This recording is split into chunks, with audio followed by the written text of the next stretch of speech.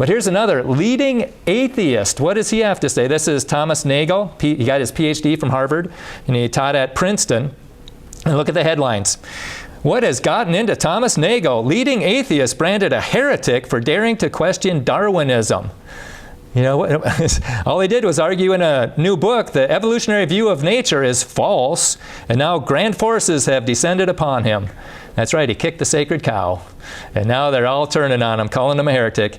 He argues modern Darwinianism offers a dogmatic system of thought that is intoxicating precisely because it offers the illusion of freeing us from religion. And boy, did he hit the nail on the head there. You know, because I went through the errors in the textbook at the fair one time, and the guy says, well, where are you on homosexual marriage or something like that? And I explained what the Bible said. Well, I'm against it. You know, it had nothing to do with the science. It had everything to do with of lifestyle. And the Bible talks about that in 2 Peter 3. You know, in the last days, scoffers will come walking after their own lusts. And so I meet them at college sometimes. It's like, you just validated the Bible. The Bible said you'd be here. And then, let's see. And I realize that such doubts will strike many people as outrageous. But that is because almost everyone in our secular culture has been browbeaten into regarding the reductive research program about the origin of life as sacrosanct, on the ground that anything else would not be science. Now let's define science. It's observation and testing. You can't observe or test the Big Bang. You can't observe or test molecules turning into man, evolution. And so that was my sign at the community college today. I had, what was it called? Evolution is based on fraud. That's what I had on the sign outside my door, or molecules to man, evolution. And Mr. Pinker, at MIT, a scientist at MIT, also called mind and cosmos the shoddy reasoning of a once great thinker. No, I think he's actually thinking now. He's not swallowing everything they've spoon-fed him. He's questioning it. And he realizes it doesn't work. Because he says, Mind and Cosmos argues the modern scientific story of the origin of life through evolution is ripe for displacement. Yeah, it is. And I heard Dr. Carl Werner, you hear him talk on Tuesday, he's going to say, it's so exciting to live right now because we're seeing the Big Bang fall apart, we're seeing evolution fall apart, we're seeing the origin of life fall apart. And I'm saying you're seeing the plate tectonics starting to crack, and that's going to fall apart too because they're all the wrong perspective of the past. We have the proper perspective, and it's just a matter of time for it to take over. Okay, so it's ripe for displacement, and it represents a heroic triumph of ideological theory over common sense, which will be seen as laughable in a couple of generations.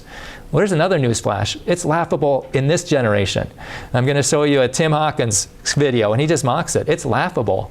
Okay, and then he goes on to say that when a chain of reasoning leads us to deny the obvious, we should double-check the chain of reasoning before giving up on the obvious.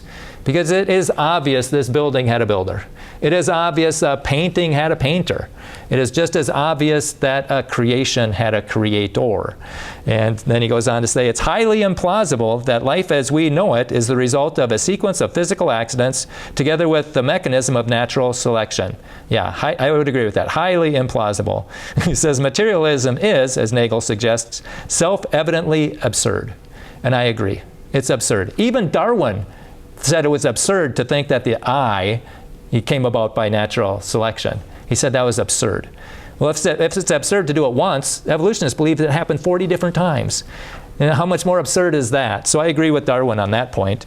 But then he said, don't hold this against the theory. But anyhow. Okay, Mind and Cosmos can be seen as an extended paraphrase of Orwell's famous insult. One has to belong to the intelligentsia to believe things like that. No ordinary man could be such a fool.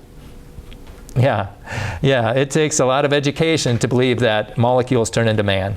And yeah, no ordinary man would believe that. Because I would teach Sunday school, you know, for ages 3 to 1st grade. And they'd say, you know, there's some people, they don't believe in God, you know, and they think, you know how would they think people you got here? And they said, you know, from your mommy and dad, where'd your mommy and daddy come from? From ape-like ancestors, and they'd laugh. You know where they came from? From reptile-like animals, like snakes and and stuff. And you know where they came from? Amphibious, and then fish, and then ponds come and nowhere. And they would just be laughing their head off. And they'd say, do it again, do it again.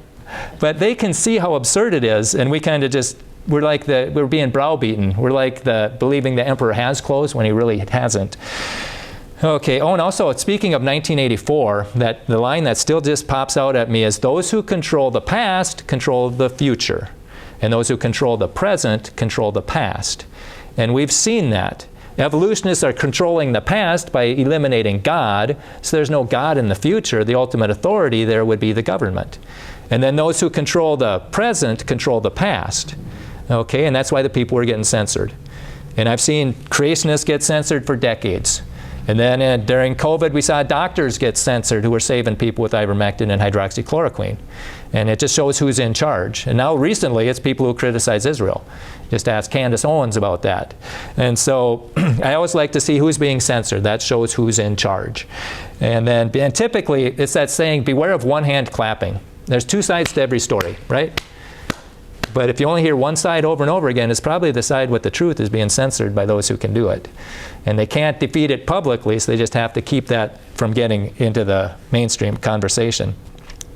Okay, the positive mission Nagel undertakes in Mind and Cosmos is to outline cautiously a possible third way between theism and materialism, given that the first is unacceptable. You can't allow God to get a divine foot in the door. You just can't allow that. And the second is untenable. It doesn't work. Copying errors do not turn a skateboard into a space shuttle. Similarly, copying errors do not turn a single living cell into everything that's ever lived. Okay, and he says, fortunately, materialism is never translated into life as it is lived. And he goes, like husbands and wives and parents, you know, you don't treat your kids like pond scum.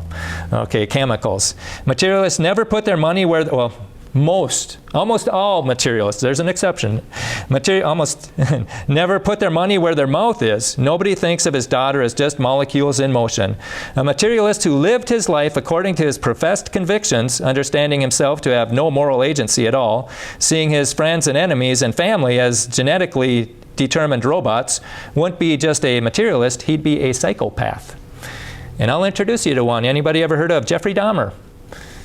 He killed people and ate people. And this is what he said: if a person doesn't think there's a God to be accountable to, then what's the point of trying to modify your behavior to keep it within acceptable ranges? That's how I thought anyway. I always believed the theory of evolution as truth, that we just came from the slime. When we died, you know, that was it. There was nothing. And so he actually did live it out.